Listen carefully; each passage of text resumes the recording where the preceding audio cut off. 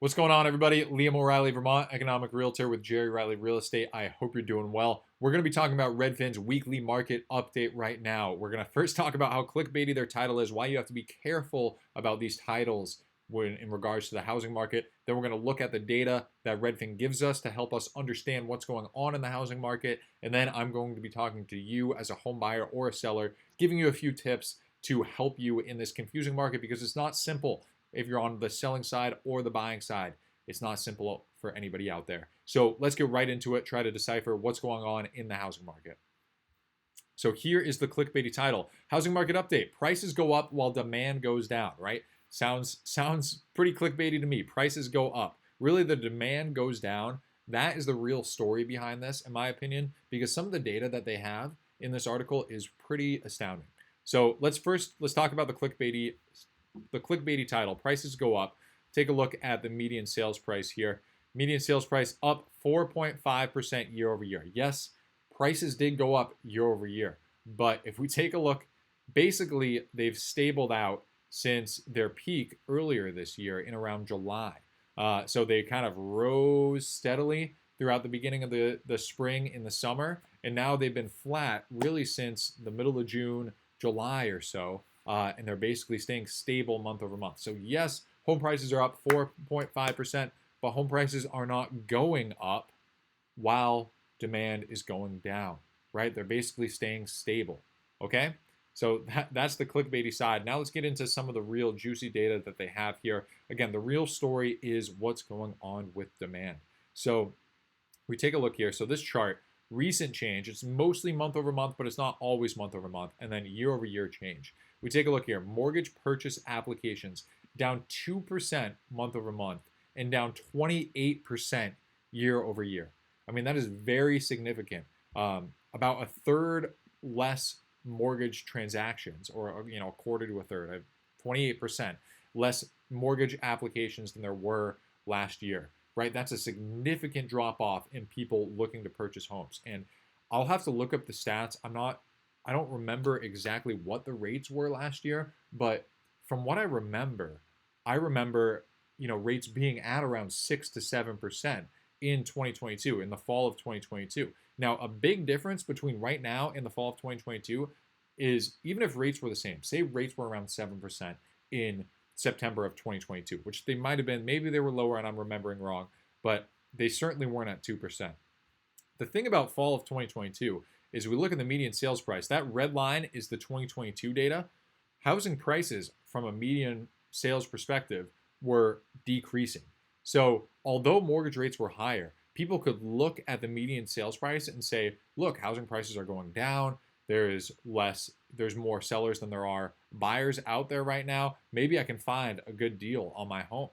And they're still applying for a mortgage. But right now, think about the hope that people have when I know not everybody is looking at this data, but this data I think is a representation of what's going on. Obviously, it's a representation of what the market is doing, but it's also how people are feeling emotionally about the market, right? Mortgage applications are down, housing prices are staying stable.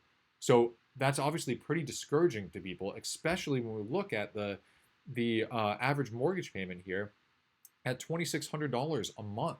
I mean, this isn't just mortgage payment. It is homebuyer housing payment. So I believe what they say mortgage payment, but I believe it factors in taxes and things like that. But still, $2,600 a month. That's for the median home price at a 7% mortgage, 7.18% mortgage. So people are looking at all this. They're not feeling home prices coming down, and that's discouraging them from going out there and getting a mortgage application, right? Demand is shrinking, especially for the people that need mortgages. Home touring activity. This is from ShowingTime, which ShowingTime is owned by Zillow. Actually, I'm not exactly sure if they're owned by Zillow. I think they're owned by Zillow, but it's a prominent service that agents use when booking showings, right? It's an online scheduling system. You can book the tour pretty easily. It's easy to do. ShowingTime is down 16% from the start of the year. Now, something that's really important about this stat in particular is from the start of the year. This is not month over month data, which obviously 16% month over month would be very significant. But from the start of the year, January is one of the slowest times of year for agents, right? It's the middle of winter. Days are shorter, especially up here in Vermont. Days are shorter, but people are just coming out of the holidays. There's not as many listings, historically speaking, as there will be in the spring and in the fall. It's in the middle of school year. People don't want to bring their kids out of school and make this huge life transition. It's a pretty slow time of year for real estate agents. So to be down 16% from the slowest time of year is pretty significant. That's a lot less people going out and seeing homes than you would expect for this time of year. I mean, you would expect it to be up by 50 or 100%, at least I would, from the start of the year. There's just not that many people out there seeing homes right now. And subjectively speaking, this is something that I'm feeling in the market too, right? There's just not as many people calling into the office. There's not the people that are calling into the office, they're not as consistent as they have been years past. People are still calling in and asking about properties, but people are slow to pull the trigger on a property. There's not as many people that are out there actively fighting to get a home as there were in the past couple of years. Let's go back in and take a look at some of this data. The Google searches for homes for sale down 11% from a month earlier and 16% from a year earlier, right? This is the front end of the curve, in my opinion. These are people who are just starting to look for homes for sale. And now, obviously, this is anybody can Google search homes for sale. It doesn't have to be people actively out there looking, but I think it is a good indication of there's less people out there interested in purchasing a home, just in general.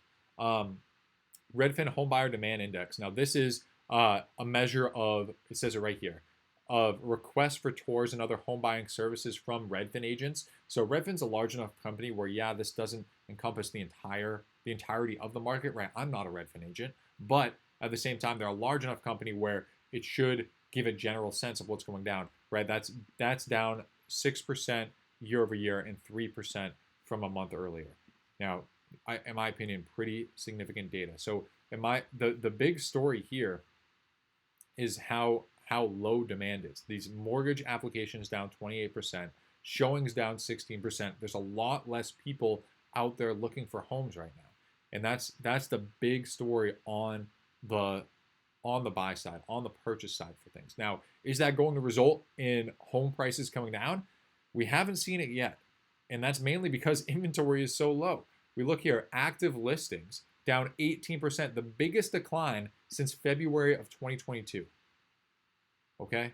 There are no homes on the market. There's no homes for people to buy. And so, yeah, people are stopping. They're not looking because mortgage rates are high and there's nothing out there and home prices are not coming down. And so at the same time, that's not bringing more inventory to the market. New listings are down 9% year over year. So there's no inventory, new listings are down, and home buyers are going away. Really, the market is kind of grinding to a halt, and home prices are staying stable. So what does this mean for you as a home buyer or seller in the market? Let's get into that. As a home seller, something you have to understand is, yes, the market's still hot, but there's not as many buyers out there, right? I've been stressing that all video. So what you should do as a home buyer is you and your agent should take a look at the other homes that are out there on the market around where you're thinking about listing it.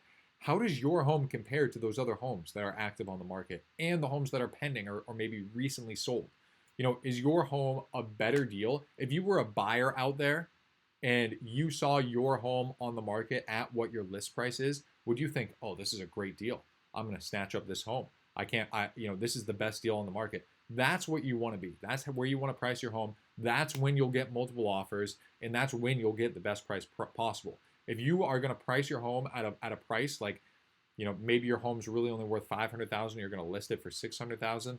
Obviously, you want to get the most money possible. But if you look at the other $600,000 homes in your market, and you think, wow, my home doesn't really compete with this, then that's a sign that you're priced too high. So, okay, you want to price your home attractively. There's no inventory out there, so it might be tough to find these comparables. But if you can price it just right, although there's less buyers, there's less options for them to choose from. And if you're the best option, that puts you in the best position. Now, on the home buyer side, there are sellers that didn't do this. There are sellers that have overpriced their homes. There are sellers that need to sell that have vacant homes. Go and find those opportunities and understand what you're buying. If a home just hit the market and has 2 days on market and is booked solid with showings, and you go in and you try to offer 10-20% under list price, it's not going to work.